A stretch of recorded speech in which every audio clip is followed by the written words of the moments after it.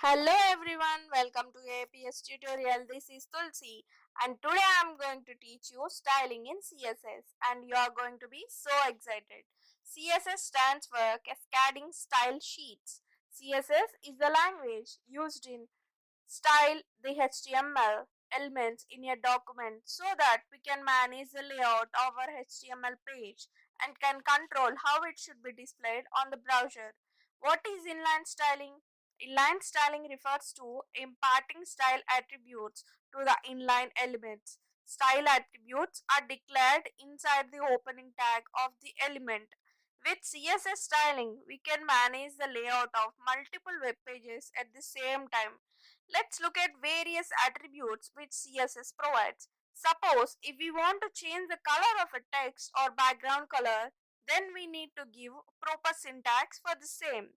Style attributes make text bold, italic, changes the color of text, etc. to make HTML pages more creative and attractive. Syntax for styling a paragraph is given within and closing the paragraph tag. That is, less than p style equals to inverted commas open color colon blue inverted commas close is greater than. Welcome to my blog is less than slash p greater than. Let me explain how the syntax works. Less than p style greater than attributes provide style to paragraph text context. Color is a property for paragraph tag whose value given blue makes the text appears blue in color. Let's have a look at the demerits associated with these styling options in CSS. Style can be added to only one element at a time. It means we cannot declare attributes to multiple elements at the same time. This makes coding time consuming and sometimes messy.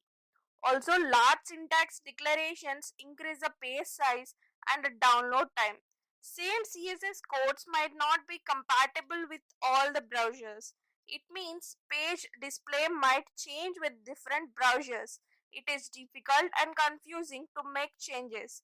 Also, the code is not reusable for other elements. Finally, I would like to conclude with the following points. Style attributes is declared inside the opening tag of the element. It is used to specify the color, background color, margins, etc. It is difficult to make changes if required. Hope you liked the video and learned something new today. Thank you. Click the subscribe button to stay updated with our recent videos.